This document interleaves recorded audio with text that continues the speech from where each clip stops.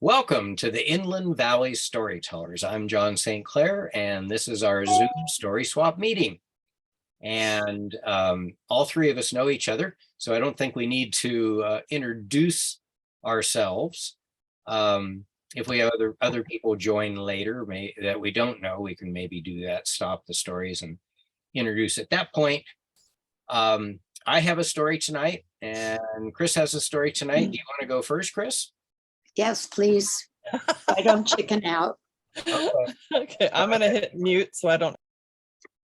Okay. Let's see if I can put the spot. I don't care if you don't mute. Oh my. I put the spotlight on you. I see. Oh my. Okay. This story just speaks to me. So it's called The Hunted Soul, and it's from England. A long time ago, there lived a good wife who would go down to the market in Crocombe to sell a few of these and a bit of those. And she was a stout old woman. And so she and her aged pony, Smart, took a good deal of time to get to the market. She and Smart would leave her cottage about 4 a.m. to get to the market on time. Well, one time the dear old thing rose in the middle of night and mistook the time. She loaded up old Smart with large baskets filled with eggs and apples, and she got herself into the saddle and rode off to market just before midnight. She took out her knitting needles and some yarn and started knitting some stockings as she rode along. Now, old Smart knew the way to the market. And after all these years, he just pointed his nose toward town and began his slow walk there. But the old good wife, she grew sleepy and soon was fast asleep in the saddle, nodding to the slow gait of the walking pony. When she awoke, she noticed that the pony was standing stock still. Smart had come to a stop and was shivering. His ears were down. His eyes were wide with fear. As the old woman looked around, she heard the sound of hounds howling in the dark. She saw a little white hare running toward her, terrified. Well, that old good wife, she saw that little hare and was so moved with pity for it that quick as a thought, she reached down and picked up that little hare and slipped it into one of her baskets and closed the lid. She tried to get old Smart to start moving again, but that pony would not budge and just stood there rooted to the ground. She heard the hounds getting closer and closer and decided to start her knitting again, as if she had nothing in the whole world better to do with her time. As the hounds got closer, she could hear the clatter of hooves, and soon the hounds and a great black horse came into view. As they approached her and Smart, the horse came alongside her pony, and old Smart's knees went to shaking so hard that the old granny thought he might fall down. The rider was wrapped all in a black cloak with great broad-brimmed black hat on his head. The old black horse had horns that grew from his head, and an eerie green light surrounded the rider and horse, and seemed to come out of the mouths of the hounds with each breath. "Have you seen a rabbit go by?" asked the rider. Now, Granny knew better than to speak to the rider, so she just shook her head no. And that was the truth in a way, since the hare had not gone past her, but straight into her pannier basket. The rider stared at her with eyes that blazed, and then turned his horse and rolled off, leading his hounds toward Will's Neck, which is another town. Soon the barking of the hounds faded into the night, and the stillness came to the darkness once again. Then old Smart did something he had not done in 20 years. He lumbered up to a canter and didn't stop until he came to Roebuck Ford. There he stopped, and right in the middle of the running water where no harm can come to you from creatures that hunt beyond, from the beyond. And when the old goodwife opened her basket, out stepped a beautiful lady. How can I ever thank you enough, she said to the old woman. Why, when I was young, I was a witch. And when I died, I was condemned to be hunted by the devil and his pack of hounds each night until the end of time, unless I could somehow get behind them. Tonight, you put me behind the hunter's pack and saved me. And with that, she smiled at the old woman, lit up like sunlight on a summer morn, and was gone. Well, Granny and Old Smart finished their journey only to find the old clock on the church at Buttercross was striking 3. So they settled themselves down and finished their night's rest. They had no fear of the hounds ever bothering them again, for the hounds of hell are always wary of anyone, man, woman, or beast, who bests them. And the author said, I heard the story one night at the festival at the Edge in Much Wenlock, Shropshire, England. The teller had joined many others who sit around a campfire to swap tales all night. It's a great story of heroism in spite of fear. You can find a version in Folk Tales of the British Isles by Michael Fox. Snip, snap, snap, tails out. Great story, Chris. Great story. Yeah. And that was, you said that was Folk Tales of the British Isles? Yes. Or this one. It's in Elder Tales. Oh, I can't. Oh, Elder Tales. Okay. Oh, I didn't even know it was in there. We have a separate book of just that story. Do you remember, Chris? Ah. The children's book? Yeah, it's a children's book of just that story. We got it at the San Diego Storytelling Festival one year. And I love that story. Yeah. Nice. I've read it different places, so I'm glad that it's around. Yeah, I didn't realize it was also in Elder Tales. That's great. Yeah. Well, it inspired me to pick up my knitting. So Well, you know how you could do that. You could be knitting along on a slow moving horse. Well, you know, and it used to be that, you know, young women would be knitting as they walked to and fro and took care of herds and stuff like that. They're out, you know, watching the cows and the sheep. You just tuck it under your arm and knit. Yeah. Right? Drop spindle the same. Yeah, Spin your yarn at the same time. exactly. You know the old saying, idle hands are the devil's workshop. There you go. Sometimes I'm ready for that. But Okay, well, I have a story too. Yes. Let me put the spotlight on me. Okay, there we go. Yeah, I have gotten used to being on the spotlight. First time it happened, it was startling and unsettling to see my face so big right in front of me. But now I don't focus on that. So the story I'm going to tell is called The Magic Pot, and it's a story from China.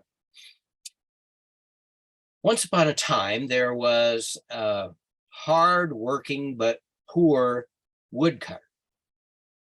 And he was walking home with his large axe strapped to his back when he came upon a very large, old brass pot. Wow, he said, this is the largest pot I've ever seen. I don't know why it's just sitting out here. I'd like to take it home, but it's too heavy to carry. How can I possibly get it home? And then he got an idea. He unstrapped the axe from his back, put the axe inside the pot, took the strap, the shoulder strap, tied one end around one handle of the pot and the other end around his waist, and he began to pull the pot as if he was a beast of burden, pulling that pot along, going slowly because it was a little bit awkward doing that, but he made steady progress towards his small house. Now, when he got there, his wife came out to greet him, and she saw the pot and she said, "What a fine day. Husband, I see you found a wonderful old brass pot and another axe." "Wife, I found a pot, but I already had an axe." "Oh no," she said, "there are two axes in the pot." And the woodcutter looked in the pot and he was speechless. He leaned over to look closer, and the straw hat he was wearing fell off the top of his head into the pot. And suddenly there were two straw hats in the pot next to the two axes. And the woodcutter said, "This pot is haunted." "Or," said the wife, "it's magical. Let's see what else it can do." So they took the axes and the hats out of the pot, and she said, "Let's see what it'll do with our dinner." So she put her dinner in the pot, and suddenly there were two dinners. They both were very excited. "It is a magical pot. Quick, husband, go get our savings out of the jar in the kitchen, the coins, bring them here." So he did that. He put the few coins that they had saved up, and they doubled. They took them out, put them back in, they doubled again. And the husband said, "Well, this is wonderful. What shall we do now?" "Let's not stop now," said his wife. "Let's get rich while we can." So they kept doing that, taking the coins out, putting them back in, and having them double, until when they emptied it out the last time, they had filled every pot, shelf, shoe, any container was full of coins. And they were indeed very rich. And the woodcutter said, "This is fantastic. We have enough money that we could build a fine big house and have a large productive garden, and I won't have to work so hard anymore and go out chopping wood in the forest and selling it. This is wonderful. I feel like I could dance." And he grabbed his wife and he started dancing around the small room, but he slipped on one of the coins on the floor and he accidentally threw his wife into the pot. He tried to catch her, but he was too late. And suddenly there were two wives in the pot. And they climbed out, and the man said, "Can a man live with two wives?" The first wife said, "Not in my house." The second wife said, "Not in my house." And they looked at each other, smiled, and they grabbed him and threw him into the pot. And suddenly there were two woodcutters, and they climbed out, and they both said together, "Can two couples live together in the same house?" First wife said, "Not in my house." The second wife said, "Not in my house." And so they decided to split up the money evenly between the two couples, and each couple built their own fine house right next to each other. And the neighbors and the nearby village commented how strange it was that the relatives of that old couple looked very much like the old couple themselves.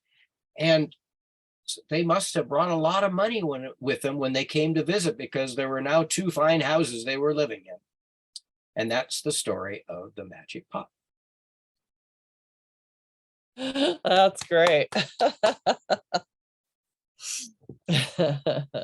Not in my house.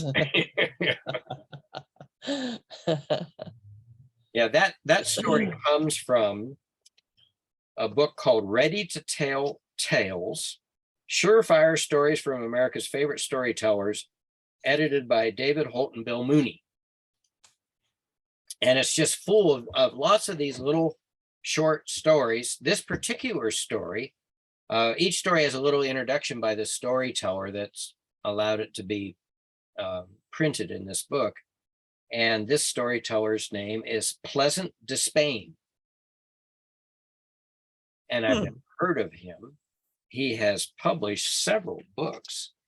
Let me read about him. It says, he is Seattle's resident storyteller. He's a former literature instructor at the University of Massachusetts and the University of Washington. He has hosted his own television show featuring storytelling called Pleasant Journeys, and written a syndicated newspaper column by the same name. He is the author of 4 books published by August House, 22 splendid tales to tell, volumes 1 and 2, 33 multicultural tales to tell, and 11 turtle tales, adventure tales from around the world. Wow. So the book is just full of stories from lots of famous storytellers. I had never heard of this guy, but there are a lot of storytellers that I know that have stories in this book.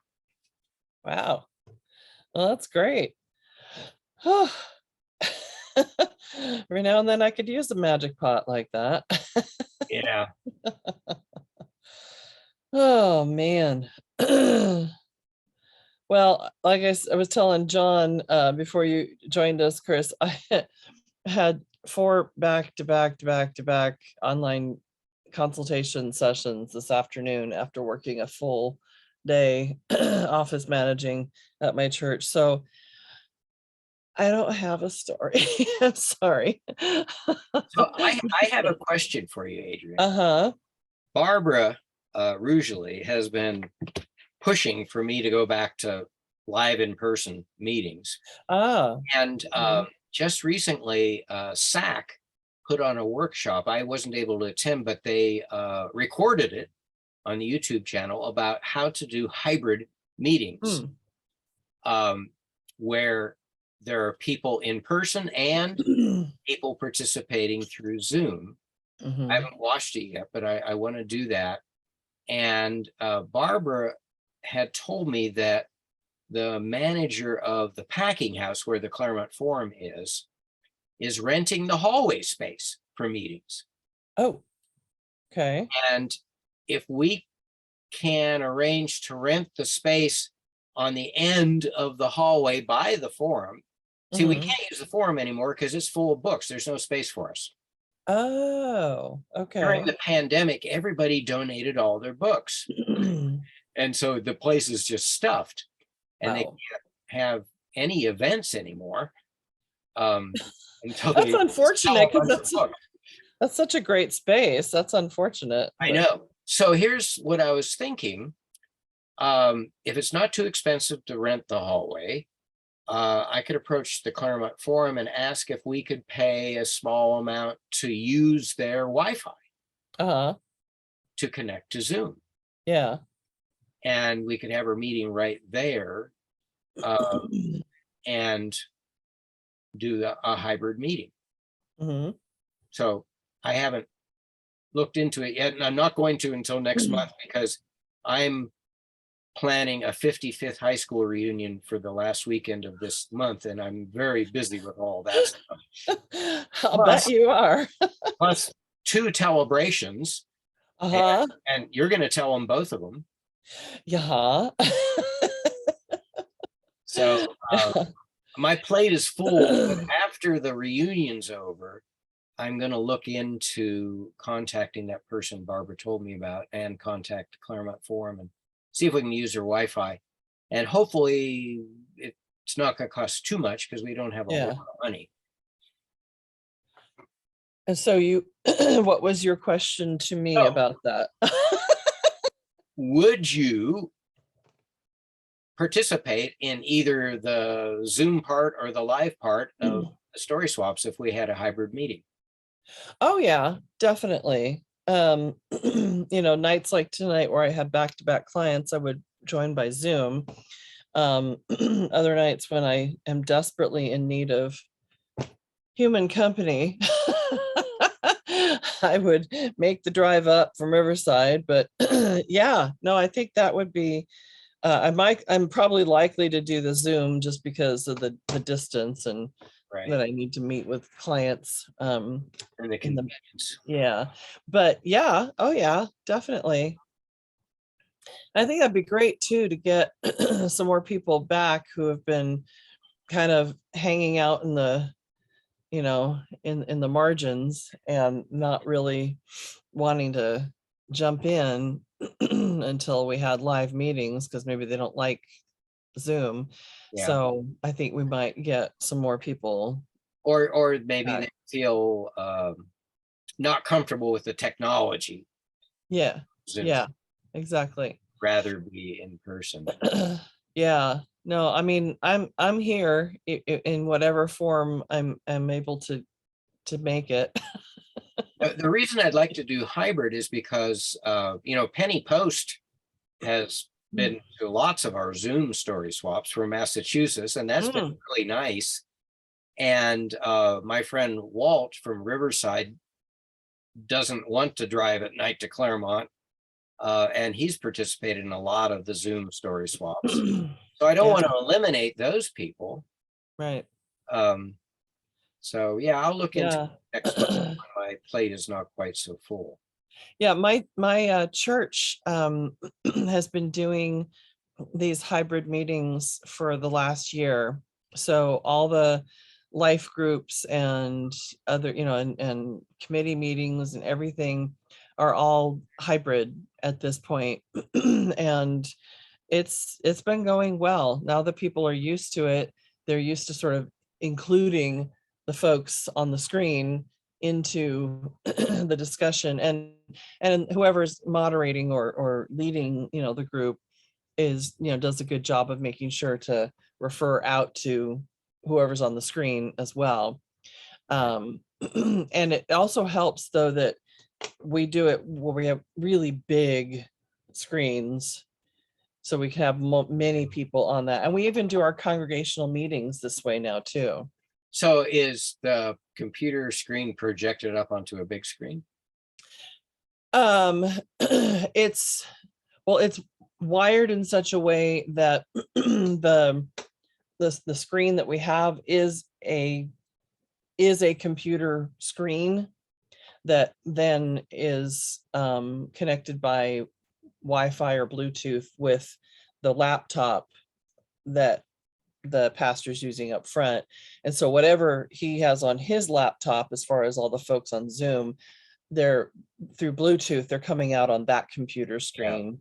So that works kind of nicely. Otherwise, you just have to do the best you can with a laptop. But if if you can get a even just a 17 or 19 inch computer monitor screen, to then put a one of those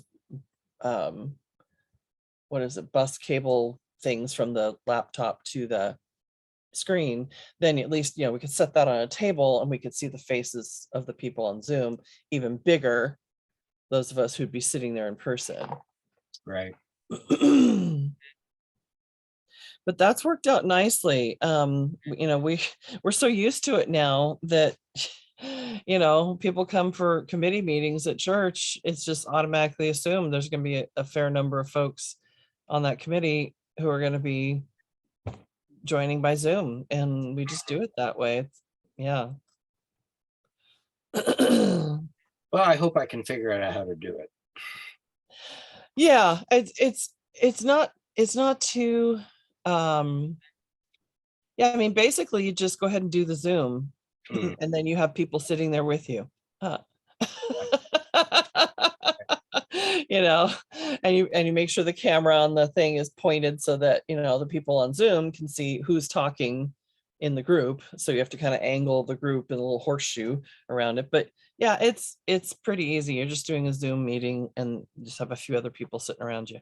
Yeah, but I mean, I'll have to make the arrangements to make it. Yeah. Rent the space, get the Wi-Fi. Yeah. Either that or find another facility that lets us use the Wi-Fi. Yeah. What about the friend's house that we have or often have had our spring concert at? I don't know if they have Wi-Fi there or not. Oh, okay. I could ask Ron Evans, he knows. Yeah. Because I would imagine there's some space there as long as they have Wi-Fi. So yeah. No, I think that's a great idea. I'd say definitely pursue it with all those wasted hours between midnight and 6 a.m. that you have left. Yeah, right. I won't be doing quite as many hikes in the winter as I do. Mm, Right now, fall is one of the best times of the year to hike because Yeah. it's not as hot, and, Yeah. and it's beautiful in the mountains. Leaves changing, and it's a Yeah. lot of fun to hike in the fall. Nice. Yeah, and we had quite a thunderstorm burst out here this afternoon around You- 4 o'clock or so. Did it come your direction? Well, it looked like it was hitting our mountains by us, but not in Ontario where we live. We Okay. didn't get any. Yeah. Yeah, the skies just opened and bam, and there was rumbling thunder and all that cool stuff I love. So However, you don't really want to be in a thunderstorm when you're on top of a peak. oh yeah. Yeah, or out in the middle of a lake in a metal rowboat. Yeah. I've had that happen when I was in high school. Mhm. We were at Hume Lake, and my friend and I had decided to row out to the dam at the end of the lake, and and everyone was out, playing and having fun on the shores of the lake and everything. And then the skies just opened, and it was a hailstorm actually. And there we were sitting in our shorts and t-shirts in a metal rowboat with thunder and lightning and hail, and we were rowing like nobody's business to get back to shore Yeah, I bet. because we were out in the middle of the lake. That was scary. Well, thank you for listening to our stories. I'm going to stop Yeah. recording now, I think.